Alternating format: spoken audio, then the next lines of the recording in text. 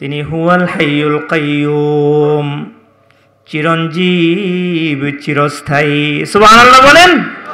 যার কোনো শুরু নাই, যার কোনো শেষ নাই। আল্লাহু আকবার। তিনি সূচনাহীন অতীত থেকে ছিলেন, আবার শেষহীন ভবিষ্যতেও থাকবেন। সুবহানাল্লাহ বলেন। আল্লাহ বলেন হুয়াল আউয়ালু ওয়াল আখিরু ওয়াজ যাহিরু ওয়াল বাতিন ওয়া হুয়া বিকুল্লি শাইইন আলীম। আল্লাহু আকবার।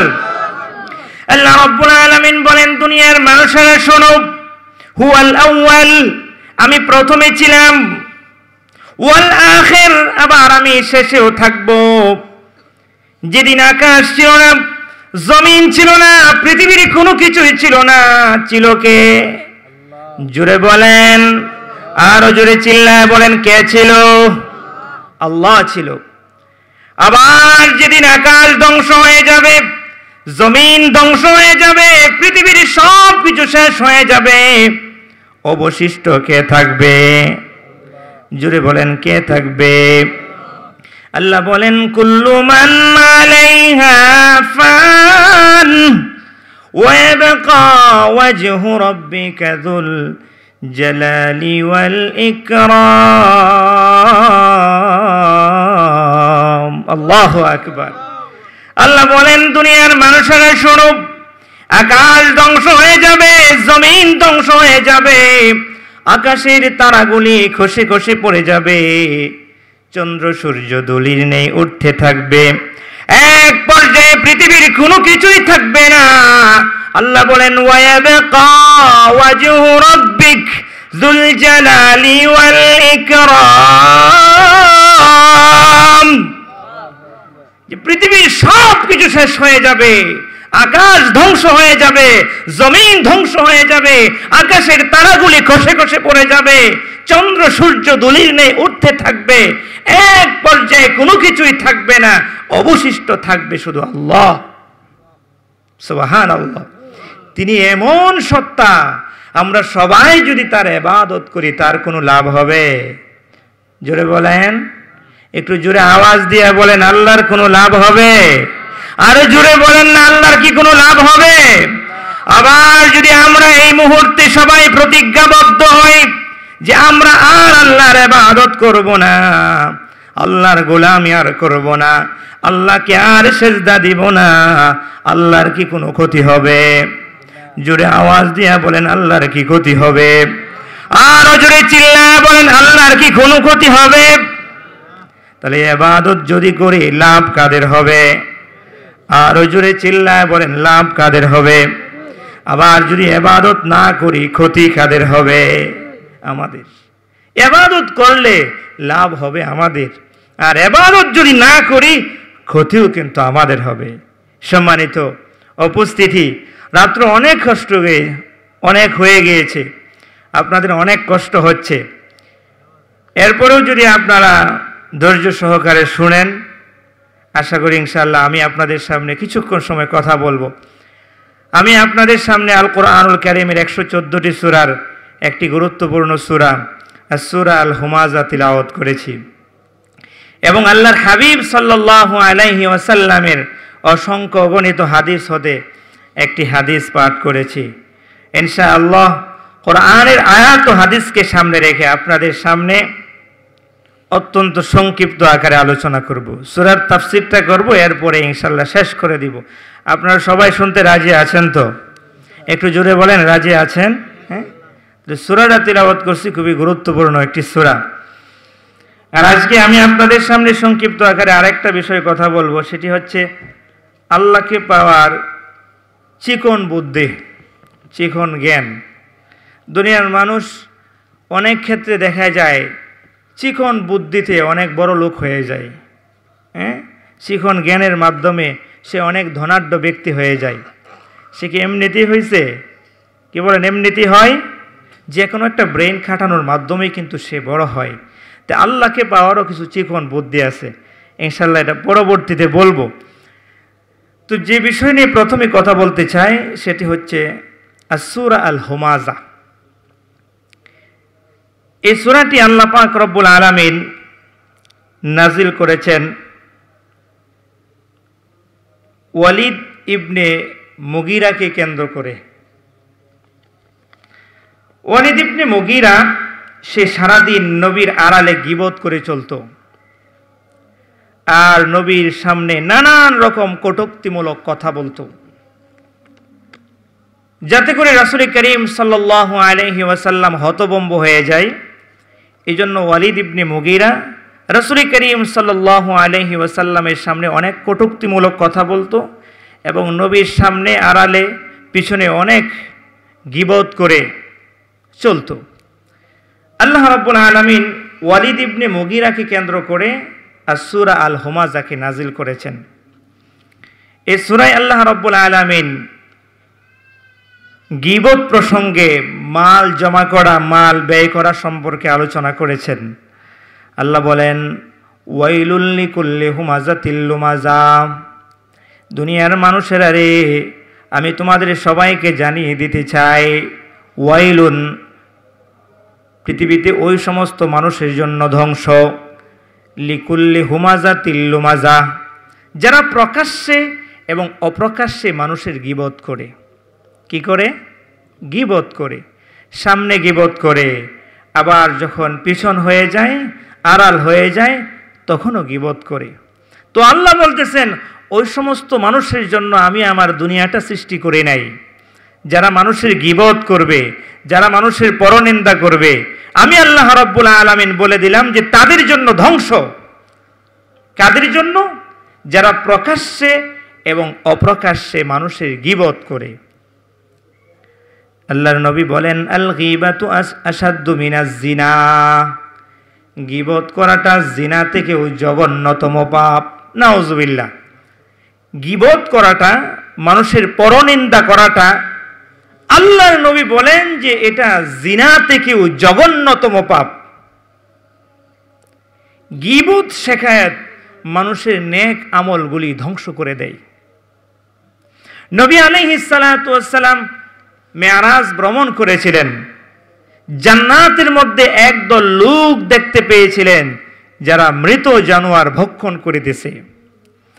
আল্লাহর নবী জিবরাইল আলাইহিস সালাতু ওয়াস সালামকে বললেন, ও জিবরাইল, ওই সমস্ত ব্যক্তি কারা যারা জাহান্নামের মধ্যে মৃত গোশত ভক্ষণ করতেছে, মৃত মানুষের গোশত খাইতেছে?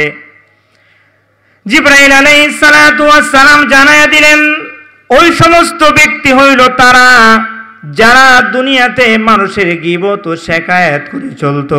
নাউজুবিল্লাহ। এই জন্য আল্লাহ বলেন, ওয়াইলুল লিকুল্লি হুমাযাতিল লুমাযা, ধ্বংস দুর্ভোগ তাদের জন্য যারা প্রকাশ্যে এবং অপ্রকাশ্যে মানুষের গীবত করে। তো নবী বলেন, আল গীবাতু আশাদ্দু মিনাজ জিনা, গীবত করাটা জিনা থেকেও জঘন্যতম পাপ। ব্যভিচার করা থেকেও জঘন্যতম পাপ। জিনার শাস্তি কি? আল্লাহ বলেন, আয-যানিয়াতু ওয়াজ-যানি ফাজলিদু কুল্লা ওয়াহিদিম মিনহুমা মিআতা জালদা, জিনাকারী পুরুষ ও জিনাকারিনী নারীকে 100 বেত্রাঘাত করো, যদি অবিবাহিত হয়। আর যদি বিবাহিত হয় তাহলে মাটির মধ্যে গর্ত করে পাথর নিক্ষেপ করে শহীদ করে দাও। নাউজুবিল্লাহ বলেন। মাটির মধ্যে গর্ত করে পাথর নিক্ষেপ করে শহীদ করে দাও। কোনো পুরুষে যদি খারাপ কাজ করে, আল্লাহ তাআলার বিধান হচ্ছে পাহাড়ের মধ্যে তুলে ধাক্কা দিয়ে ফেলে দেওয়া। নাউজুবিল্লাহ বলেন, জোরে বলেন নাউজুবিল্লাহ। তো আল্লাহর নবী বলতেছেন যে গীবত করা, মানুষের পরনিন্দা করা, মানুষের ক্ষতির চেষ্টা ফিকির করা, এটা জিনা থেকেও জঘন্যতম পাপ। অর্থাৎ যদি কোরআনের শাস্তি থাকতো, কোরআনের বিধান থাকতো, তাহলে তাকে এভাবেই শাস্তি দেওয়া হইতো। কিন্তু দুঃখের সাথে বলতে হয় যে আমরা প্রতিনিয়তই মানুষের গীবত করে থাকি, মানুষের শেখায়ত করে থাকি, নিজের ভুল ধরি না, শুধু পরের ভুল ধরি। কি বলেন, এই ধরনের লোক আমাদের সমাজে আছে না? কম না বেশি? অনেক বেশি আছে। এজন্য আল্লাহ বলতেছেন, ধ্বংস তাদের জন্য যারা মানুষের প্রকাশ্যভাবে গীবত করে, পরোক্ষভাবে গীবত করে। আল্লাহ নবী সাল্লাল্লাহু আলাইহি ওয়াসাল্লাম একদিন এক সাহাবীকে বলেন যে তুমি তোমার দাঁত খিলাল করো। সাহাবী নবী আলাইহিস সালাতু ওয়াসসালামকে জানায়া দিলেন, ও নবী, আমি তো গোশত ভক্ষণ করি নাই যে আমি দাঁত খিলাল করব।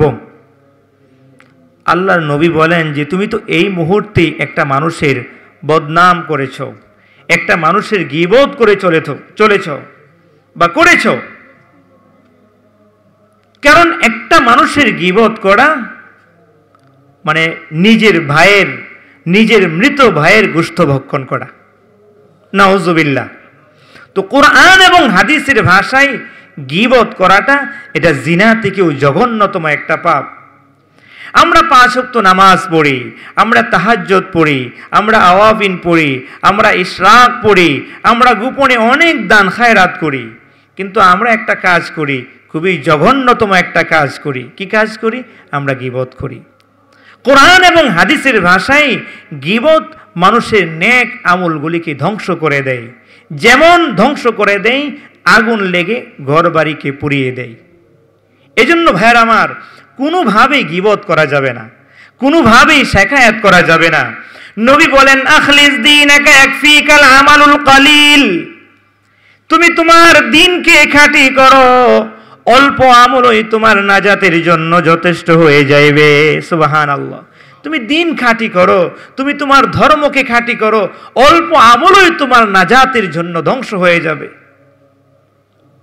নবী আলাইহিস সালাতু ওয়াস সালাম সারা পৃথিবীর জন্য রহমত ছিলেন। সুবহানাল্লাহ বলেন, ওয়ামা আরসালনাকা ইল্লা রাহমাতাল লিল আলামিন।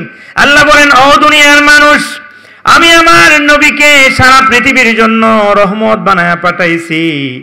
নবী যদি সারা পৃথিবীর জন্য রহমত হয়, আমি কি আমার এলাকার জন্য রহমত হতে পারি না?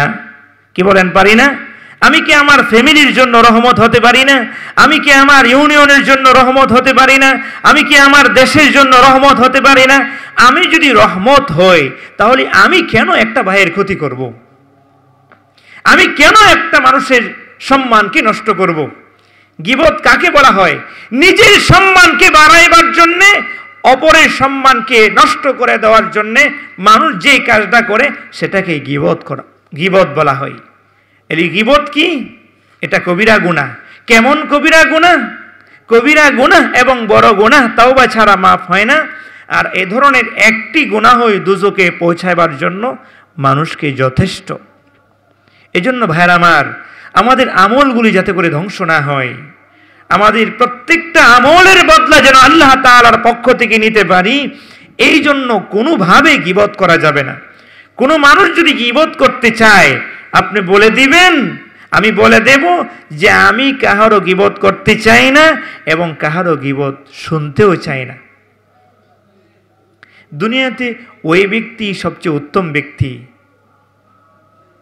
যে ব্যক্তি সবসময় নিজেকে ভুল ধরে, নিজের ভুলগুলি মানুষের কাছে জাহের করে আর এই দোয়া করে, হায় আল্লাহ, তুমি আমার চোখে আমাকে ছোট বানাও আর মানুষের চোখে আমাকে বড় বানায়া দাও। কিন্তু আমরা অধিকাংশ ক্ষেত্রেই দেখা যায় অপর মানুষের গীবত করে চলি, নিজের দোষগুলি আমরা তালাশ করি না। আমরা গোপনে এমন অনেক লোক আছে যারা এত অন্যায় করেছি, দুনিয়ার কোনো মানুষ যদি আমাদের এই অন্যায় সম্পর্কে জানতো, তাহলে আমাদেরকে মসজিদে জায়গা দিত না। কি বলেন, ঠিক না বেঠিক? একটু জোরে বলেন, ঠিক না বেঠিক? আমাদেরকে জায়গা দিত না। আমরা এমন বড় বড় ধরনের জঘন্যতম পাপ আমরা প্রতিনিয়তই করতেছি, কিন্তু আমরা একটা মানুষের পিছনে লেগে যাই। আমাদের ভিতরে সবসময় টেনশন কাজ করে, কিভাবে তার ক্ষতি করা যায়, কিভাবে তার গীবত করা যায়। সমাজের দৃষ্টিতে লোকটা অনেক বড় হয়ে যাইতেছে, না, তাকে বড় হইবার জন্য দেওয়া যাইবে না। এই জন্য গীবত করতে থাকে, শেখায়াত করতে থাকে।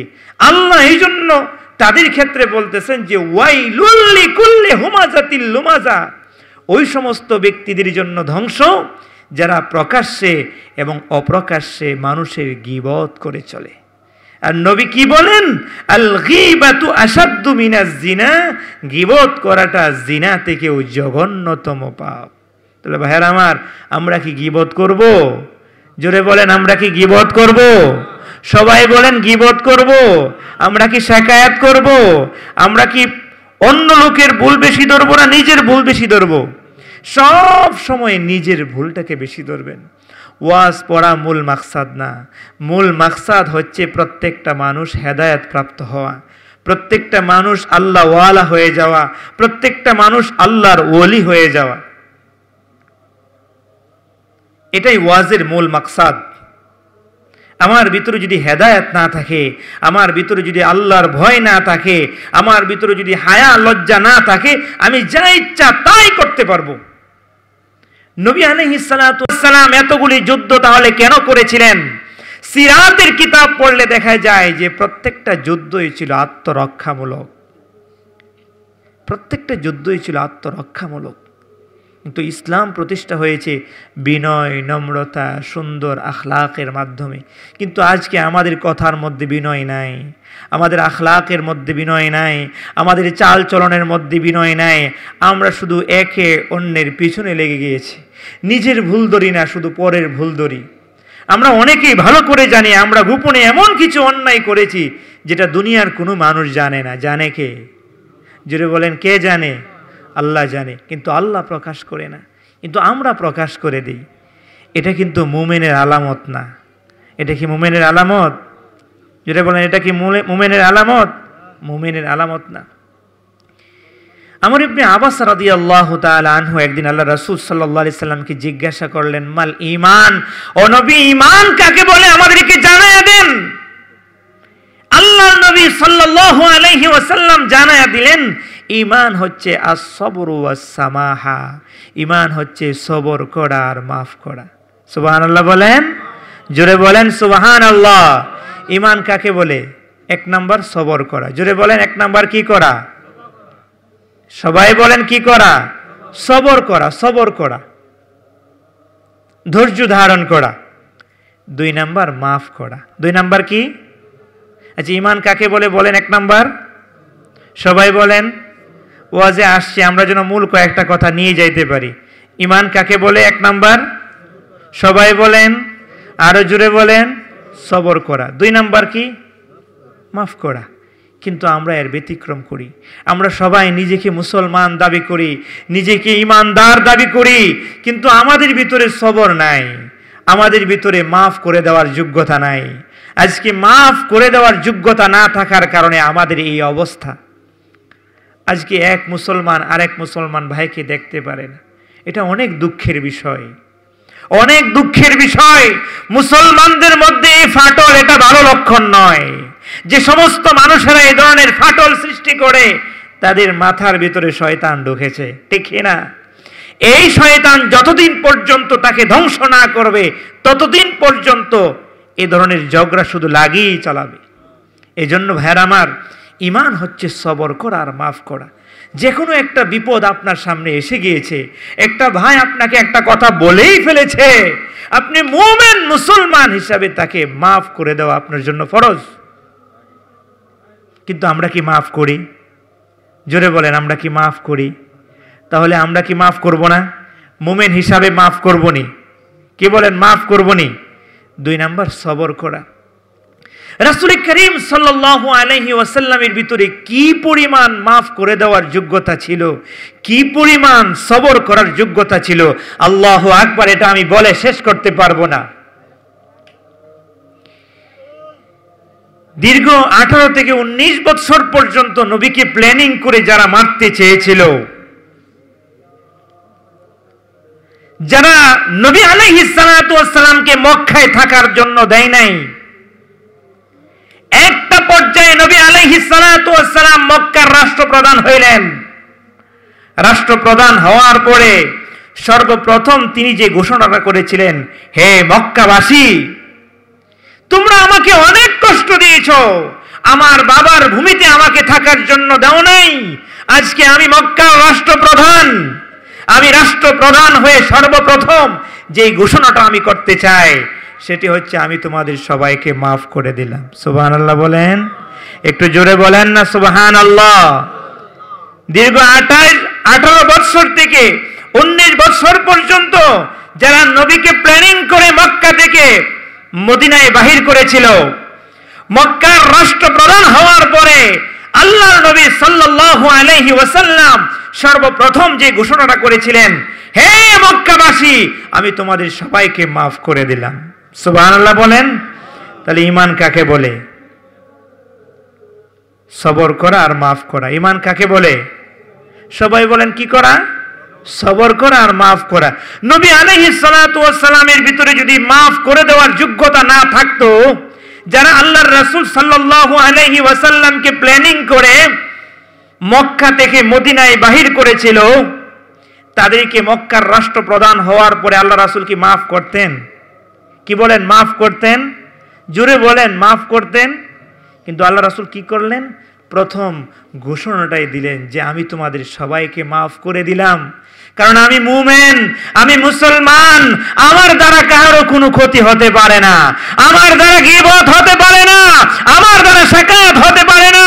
আমি মুমিন মুসলমান হিসাবে কারো কোনো ক্ষতি করতে পারি না। কিন্তু আমরা কি করি?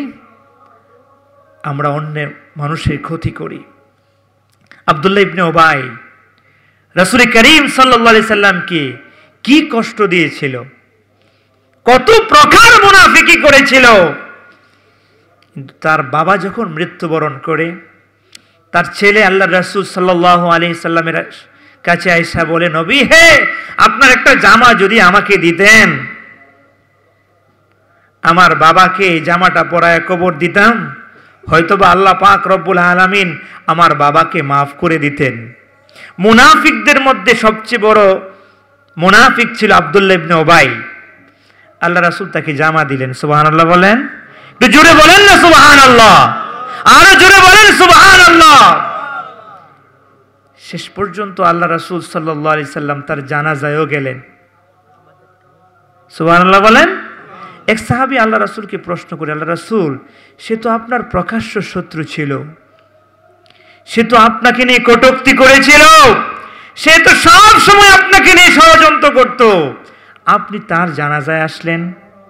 সুবহানাল্লাহ বলেন। আল্লাহর নবী বলেন, সাহাবী, তুমি তো বলেছো সঠিক কথা, আমি তো জানাজায় আসছি, কিন্তু আমার আল্লাহ তো আমাকে বারণ করে নাই। আল্লাহু আকবার বলেন, আরো জোরে বলেন আল্লাহু আকবার। আমি জানাজায় এসেছি, কিন্তু আমার আল্লাহ আমাকে বারণ করে নাই। সুবহানাল্লাহ। তাহলে ঈমান কাকে বলে? সবর করা আর মাফ করা।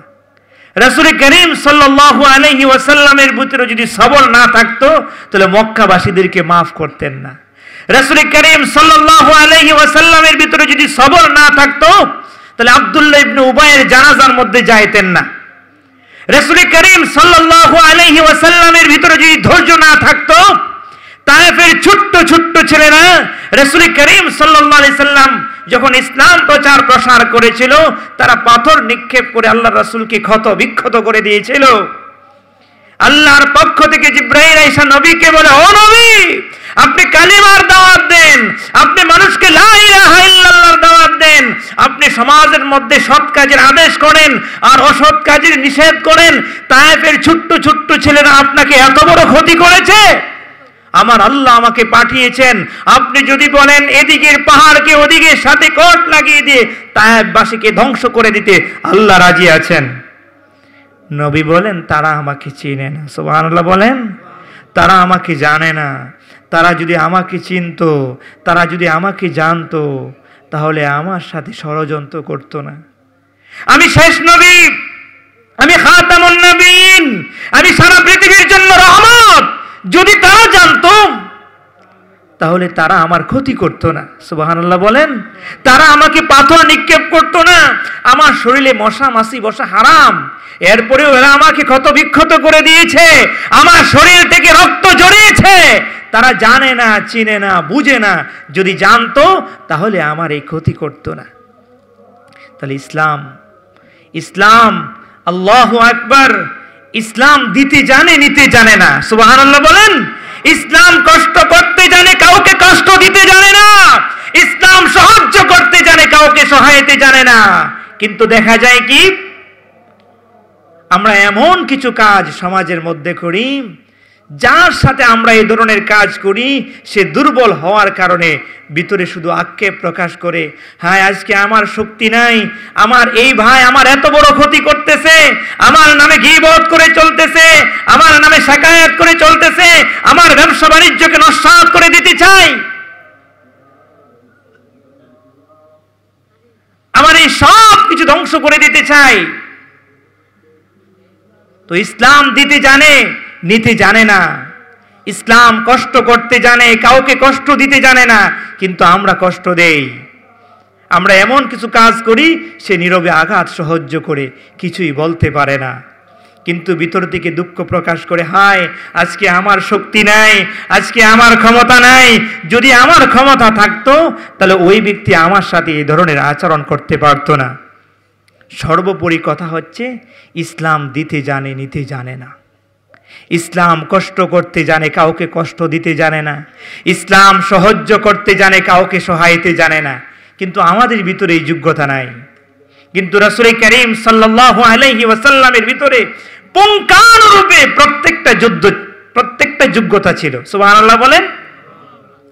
এজন্য আল্লাহ বলেন, ওয়া মা আরসালনাকা ইল্লা রাহমাতাল লিল আলামিন। ও দুনিয়ার মানুষ, আমি আমার নবীকে সারা পৃথিবীর জন্য রহমত বানায় পাঠাইছি। সুবহানাল্লাহ। সিলমান কাতাআকা ওয়াফু আম্মান যালামাকা ওয়া আহসিন ইলা মান আসাআ ইলাইক। রাসূলের চরিত্রটা কেমন ছিল দেখেন।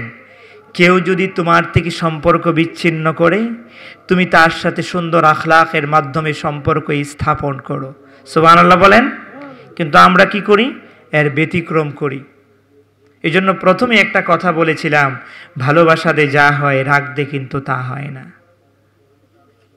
রাগের পরিণাম কিন্তু ভালো হয় না। আল্লাহ কুরআনুল কারীমের মধ্যে বলেছেন, উদউ ইলা সাবিলি রাব্বিকা বিল হিকমা, তোমরা মানুষকে হিকমতের সাথে, প্রজ্ঞার সাথে আল্লাহর দিকে ডাকো। আপনারা সকলেই জানেন রাসূল করিম সাল্লাল্লাহু আলাইহি ওয়াসাল্লাম এমন একটা সময়ের মধ্যে আরব কান্ট্রিতে আগমন করেছিলেন, যেই সময়টার মধ্যে ভাই ভাইকে চিনত না, মানুষ কাটাকাটি হানাহানি মারামারিতে লিপ্ত ছিল, সাধারণ একটা বিষয়কে কেন্দ্র করে যুগ যুগ ধরে যুদ্ধ করত। কিন্তু রাসূল করিম সাল্লাল্লাহু আলাইহি ওয়াসাল্লামের আখলাক, সুন্দর চরিত্র দেখে ইসলাম ধর্ম গ্রহণ করেছিল। সুবহানাল্লাহ বলেন। যারা কাবা ঘরের মধ্যে ৩৬০টা মূর্তি তুলেছিল, উলঙ্গ হয়ে যেখানে তোয়াফ করত, রাসূলের আখলাক দেখে, রাসূল করিম সাল্লাল্লাহু আলাইহি সাল্লামের চরিত্র দেখে তারাই কিন্তু মূর্তিগুলি বাহির করেছিল। আচ্ছা বলেন তো, এটা কিসের বদৌলতে? আখলাকের বদৌলতে। হ্যাঁ, এটা চরিত্রের বদৌলতে। কিন্তু আজকে আমরা রাসূলের আখলাককে ভুলে গিয়েছি। আজকে রাসূল করিম সাল্লাল্লাহু আলাইহি ওয়াসাল্লামের সুন্দর চরিত্রকে ভুলে গিয়েছি। হযরত আনাস রাদিয়াল্লাহু তাআলা আনহু বলেন, আমি আল্লাহ নবী সাল্লাল্লাহু আলাইহি ওয়াসাল্লামের 10 বছর পর্যন্ত খেদমত করার সৌভাগ্য লাভ করেছি। সুবহানাল্লাহ বলেন। 10 বছরের ভিতর দিয়ে কোনদিন আল্লাহ রাসূল সাল্লাল্লাহু আলাইহি ওয়াসাল্লাম আমার প্রতি অসন্তুষ্ট হন নাই। সুবহানাল্লাহ বলেন। জোরে বলেন সুবহানাল্লাহ।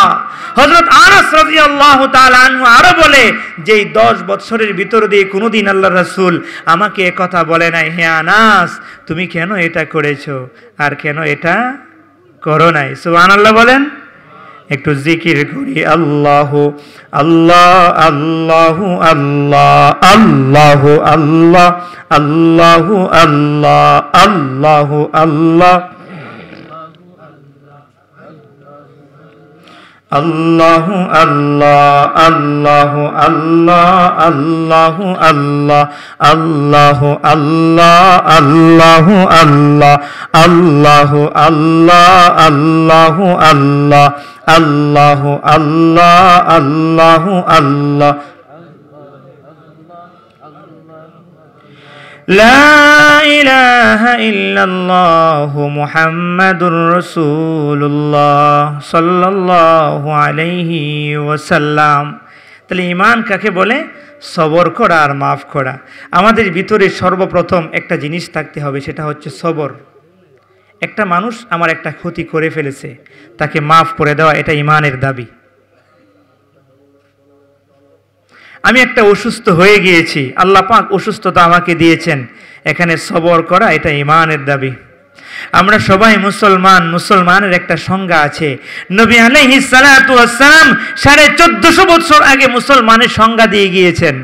আল মুসলিমু মান সালিমাল মুসলিমুনা মিন লিসানিহি ওয়া ইয়াদিহি। প্রকৃত মুমিন মুসলমান ওই ব্যক্তি যার হাত, পা, জিহ্বা এবং শরীরের প্রত্যেকটা অঙ্গ প্রত্যঙ্গ থেকে অপর মুসলমান নিরাপদ। সুবহানাল্লাহ। আপনি যদি মনে করেন যে আমার হাতের দ্বারা একজন মানুষ নিরাপদ নয়, আমার পায়ের দ্বারা একজন মানুষ নিরাপদ নয়, আমার চোখের চাউনি দ্বারা একটা মানুষ নিরাপদ নয়, তাহলে আমি মুসলমান নয়। নাউজুবিল্লাহ বলেন।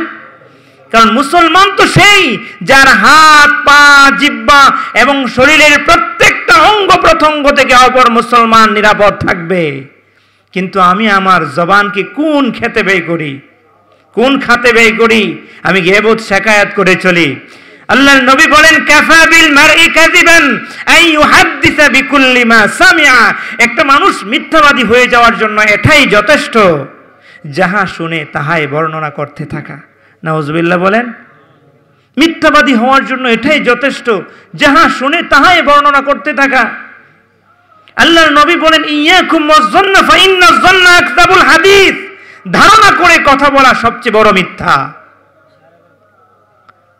নবী বলেন, আল কিযবু ইউহলিকু ওয়াস-সিদকু ইউনজি। সত্য মানুষকে নাজাত দেয়, মিথ্যা মানুষকে ধ্বংস করে। এজন্য ভাইরা আমার, আমরা ইমানদার যে প্রথম দাবি সবর করা আর মাফ করা, ইনশাআল্লাহ আমরা করব তো।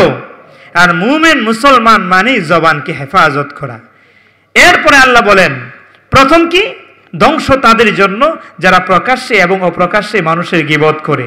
তাহলে গীবত করা কবিরা গুনাহ। কেমন গুনাহ? এটা জিনা থেকেও জঘন্যতম। জিনার শাস্তি কি? বিবাহিত পুরুষ বিবাহিত নারী জিনা করলে পাথর নিক্ষেপ করে শহীদ করে দেওয়া, অবিবাহিত করলে 100 বেত্রাঘাত করা, পুরুষে পুরুষে খারাপ কাজ করলে পাহাড়ে তুলে ধাক্কা দিয়ে ফেলে দেওয়া। আর গীবত সম্পর্কে কি বলেন? নবী বলেন, আল গীবাতু আশাদ্দু মিনাজ জিনা। গীবত করাটা জিনা থেকেও জঘন্যতম। তাহলে আমরা গীবত করব? জোরে বলেন, আমরা কি গীবত করব? আমরা শিকায়াত করব? আমরা কাহারও ক্ষতি করব? ক্ষতি করার প্রবণতা যেন আমাদের ভিতরে না আসে, কারণ এটা আমাদের ধ্বংস অনিবার্য করে দিবে। তো দ্বিতীয়, আল্লাহ পাক রব্বুল আলামিন যে কথাটা বলতেছেন, ধ্বংস তাদের জন্য যারা মাল আল্লাযী জামা মালা ওয়া আদ্দাদা, যারা মাল জমা করে এবং বারবার গণনা করে। মাল দেওয়ার মালিক কে? জোরে বলেন, কে মালিক? আল্লাহ বলতেছেন, মাল দেওয়ার মালিক তো আমি আল্লাহ। আল্লাহ বলেন, ওয়া'মুর আহলাকা বিস-সালাতি ওয়াসতাবির আলাইহা লা নাসআলুকা রিজকা নাহনু নারযুকুক ওয়াল আকিবাতু লিত-তাকওয়া। আল্লাহ নবী সাল্লাল্লাহু আলাইহি ওয়াসাল্লামকে সম্বোধন করি আল্লাহ বলেন, ও নবী, আপনি মানুষদেরকে নামাজের কথা বলুন। কিসের কথা বলুন?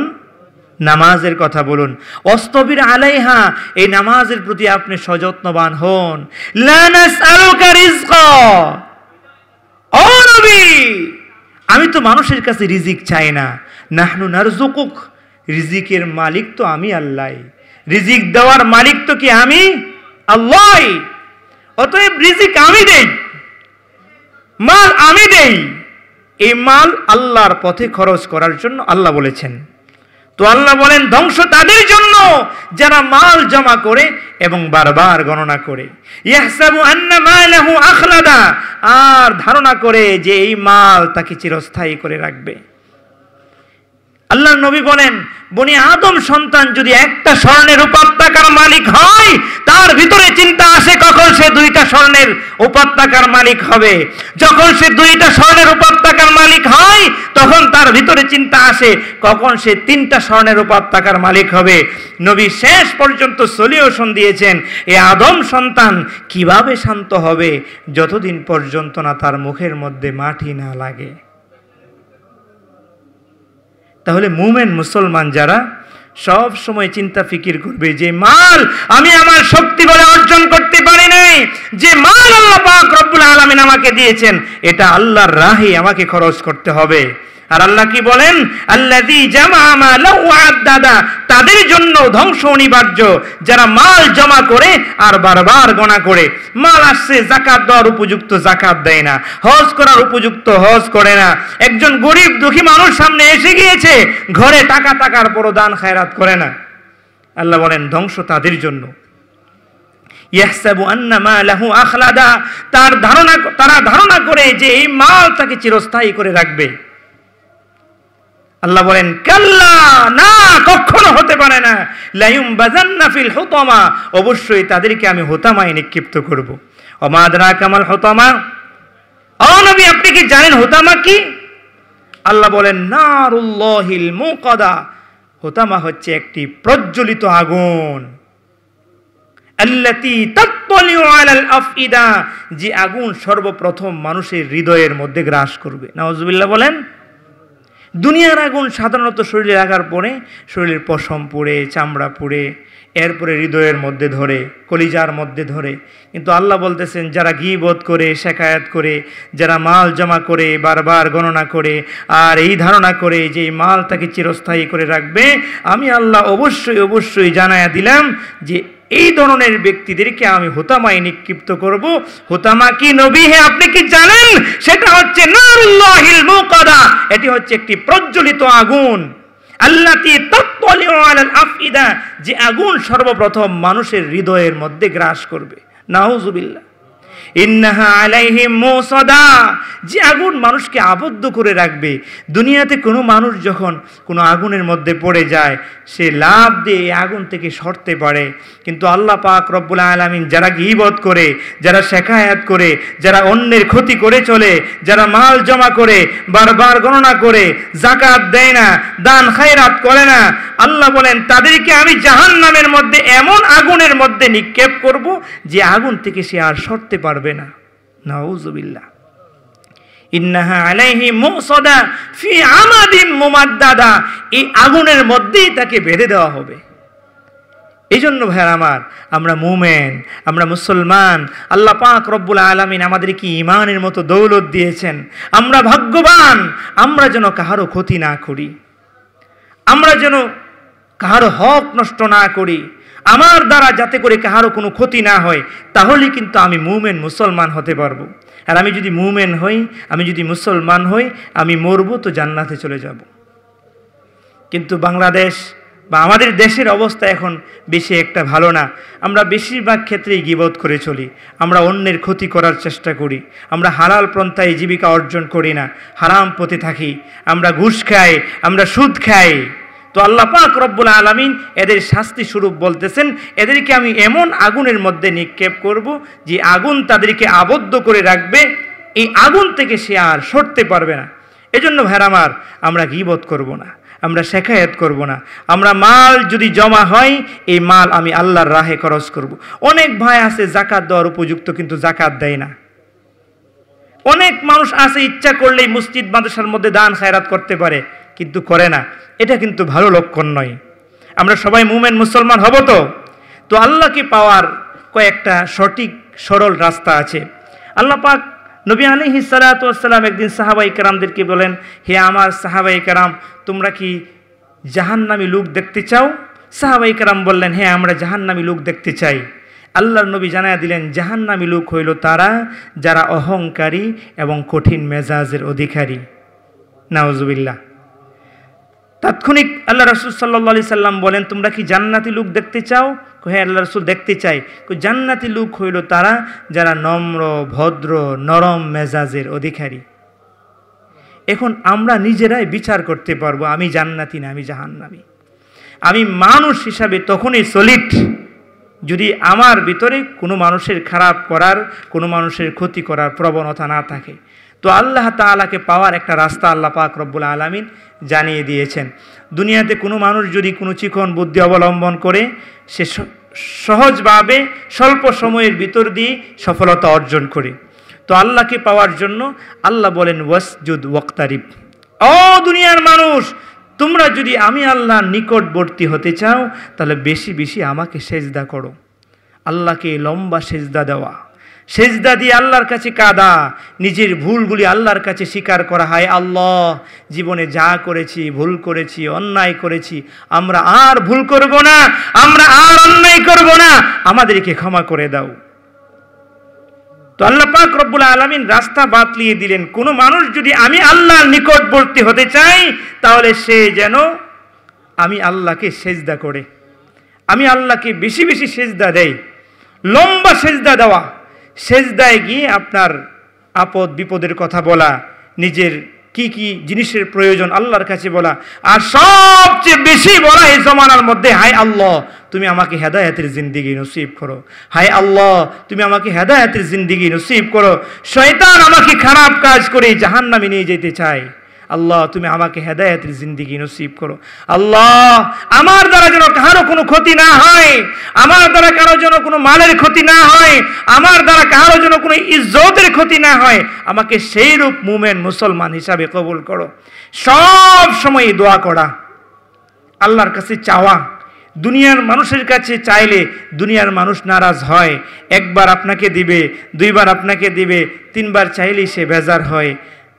আর কোরআন এবং হাদিসের ভাষায় जो ना मांगे उससे तू बेजार है, আল্লাহ রাব্বুল আলামিনের কাছে যদি কেউ না চায় আল্লাহ তার প্রতি বেজার হয়।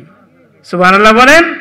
আর কোন মানুষ যদি আল্লাহ তাআলার কাছে বেশি বেশি চায় আল্লাহ তার প্রতি বেশি খুশি হন, বেশি সন্তুষ্ট হন। এই জন্য সকল ক্ষেত্রে কার কাছে চাওয়া? আল্লাহর কাছে চাওয়া। আজকের ওয়াজ থেকে আমাদের জন্য সবচেয়ে বড় শিক্ষা, আমরা মুমিন মুসলমান হওয়ার জন্য দুইটা হাদিস জানলাম। একটা হাদিস কি? ইমানদার কাকে বলে? আল্লাহ নবী কি বলছেন? সবর করা আর মাফ করা। আচ্ছা বলেন তো ইমানদার কাকে বলে? আমরা আমাদের বাড়িতে এই দুইটা কথা নিয়ে যাব। ইমান কাকে বলে? সবর করা আর মাফ করা। তাহলে আমার ভিতরে সবর আছে কিনা? যদি সবর থাকে আলহামদুলিল্লাহ, যদি সবর থাকে আলহামদুলিল্লাহ। সবর কি? একজন আমার ক্ষতি করে লাইছে, তার কোনো ক্ষতিকরণ যাইত না, এটা সবর। একটা বিপদ এসে গেছে আল্লাহর পক্ষ থেকে, অসুস্থতা আল্লাহ দিছে, আল্লাহ নিবে, এখানে সবর করা। গুনাহ সামনে উপস্থিত হয়ে গেছে, আল্লাহর ভয় সবরের সাথে নেওয়া। এই গুনার কাজ করা যাবে না, গুনার কাজ করা যাবে না। সবরের সাথে রুকু দেওয়া, সবরের সাথে সেজদা দেওয়া, সবরের সাথে নামাজের তাসবিহাতগুলি আদায় করা। যদি আমি আদায় করতে পারি তাহলে আমি ইমানদার, আমি মুমিন, আমি মুসলমান। দুই নাম্বার কি? মাফ করা। একটা ভাই একটা অন্যায় করেই ফেলছে, সে তো আমার ভাই। আল মুসলিম আখুল মুসলিম, নবী বলেছেন এক মুসলমান আর এক মুসলমান ভাই ভাই। সে যদি আমার ভাই হয়, সে আমার একটা ক্ষতি করেই ফেলছে, আমি তার ক্ষতি করতে পারি না। নবী কিন্তু তা করেন নাই। নবী যদি তা করতেন তাহলে কিন্তু এত সংক্ষিপ্ত সময়ের ভিতর দিয়ে আরবের এই সংকটময় মুহূর্তের মধ্যে ইসলাম অতি তাড়াতাড়ি প্রসার লাভ করত না। ইসলাম প্রসার লাভ করেছে সুন্দর আখলাক, সুন্দর চরিত্রের মাধ্যমে। এই জন্য হাদিসের মধ্যে আসছে, যাকে আল্লাহ পাক রব্বুল আলামিন সুন্দর আখলাক দিয়েছেন, সুন্দর মন মাইন্ডের স্ত্রী দিয়েছেন, তাকে আল্লাহ পাক রব্বুল আলামিন দুনিয়ার অর্ধেক সম্পত্তি দিয়েছেন। সুবহানাল্লাহ বলেন। এক নাম্বার যাকে সুন্দর আখলাক দেওয়া হয়েছে, সুন্দর আখলাক। দুই নাম্বার সুন্দর মন মাইন্ডের স্ত্রী, সুন্দর স্ত্রী না, সুন্দর মন মাইন্ডের স্ত্রী। আল্লাহর নবী বলেন তাকে দুনিয়ার অর্ধেক সম্পত্তি দেওয়া হয়েছে। আর দুনিয়া কুল্লুহা মাতাউন ওয়া খায়রু মাতাইদ দুনিয়া আল মারআতুস সালিহা। দুনিয়াটা আল্লাহর নিয়ামত দ্বারা ভরপুর, আর সবচেয়ে উত্তম নিয়ামত হইল একটা মানুষের জন্য একটা নেককার স্ত্রী। যে স্ত্রীর মধ্যে 5 ওয়াক্ত নামাজ আছে, যে স্ত্রীর মধ্যে পর্দা আছে, যে স্ত্রীর মধ্যে দান খায়রাত করার মন মানসিকতা আছে, যে স্ত্রীর মধ্যে সবর করার মন মানসিকতা আছে, যে স্ত্রীর মধ্যে মাফ করে দেওয়ার যোগ্যতা আছে, তাকেই বলা হয় নেককার স্ত্রী। আর ওই ব্যক্তি সবচেয়ে ভাগ্যবান যাকে নেককার স্ত্রী দেওয়া হয়েছে। কোরআন এবং হাদিসের ভাষায় আর দুনিয়া কুল্লুহা মাতাউন ওয়া খায়রু মাতাইদ দুনিয়া আল মারআতুস সালিহা। দুনিয়াটা আল্লাহর নিয়ামত দ্বারা ভরপুর, আর একটা পুরুষের জন্য সবচেয়ে বড় নিয়ামত হইল একজন নেককার স্ত্রী। আর একটা মহিলার জন্য সবচেয়ে বড় নিয়ামত হইল একটা নেককার স্বামী। তাহলে নেককার কি গীবত করে হওয়া যাবে? সবাই বলেন, শেষ করে দিচ্ছি। নেককার কি গীবত করে হওয়া যাবে? নেককার কি মাল জমা করে দান খায়রাত না করে করা হওয়া যাবে? কোনোভাবেই হওয়া যাবে না। তাহলে আজকে আমাদের ওয়াজ থেকে আমরা একটা শিক্ষা নেব। 1 নাম্বার, আমরা মুমিন। মুমিনের সংজ্ঞা কি? আমার ভিতরে সবর থাকতে হবে। সবর কাকে বলে? সবরের সাথে রুকু দেওয়ান লাগবো, সবরের সাথে সেজদা দেওয়ান লাগবো, সবরের সাথে নামাজ পড়ার নিয়ম কানুনগুলি আমি জানি না, আমাকে জানতেই হবে। তাহলে আমি মুমিন, আমি মুসলমান। আল্লাহ একটা রোগ আমাকে দিয়েই দিছে, আল্লাহ দিছে, আল্লাহ নিবে। আল্লাহ তুমি আমাকে হেফাজত করো, সবর করা। লা তাকনাতু মির রাহমাতিল্লাহ, ইন্নাল্লাহা ইয়াগফিরুয যুনুবা জামিআ ইন্নাহু হুয়াল গফুরুর রহিম। আর আল্লাহর রহমত থেকে নৈরাশ না হওয়ায়, আপনি যতই গুনার কাজ করেন না কেন, যতই পাপের কাজ আপনি করেন না কেন, যদি আল্লাহর কাছে বলতে পারেন, আয় আল্লাহ, জীবনে যা করছি, ভুল করছি, অন্যায় করছি, আর ভুল করব না, আর অন্যায় করব না, আমাকে মাফ করে দাও। আল্লাহ বলেন, ইন্নাহু হুয়াল গফুরুর রহিম, আমি তোমাকে মাফ করে দেব। সুবহানাল্লাহ বলেন। যদিও তোমার পাহাড় পরিমাণ গুনাহ থাকে,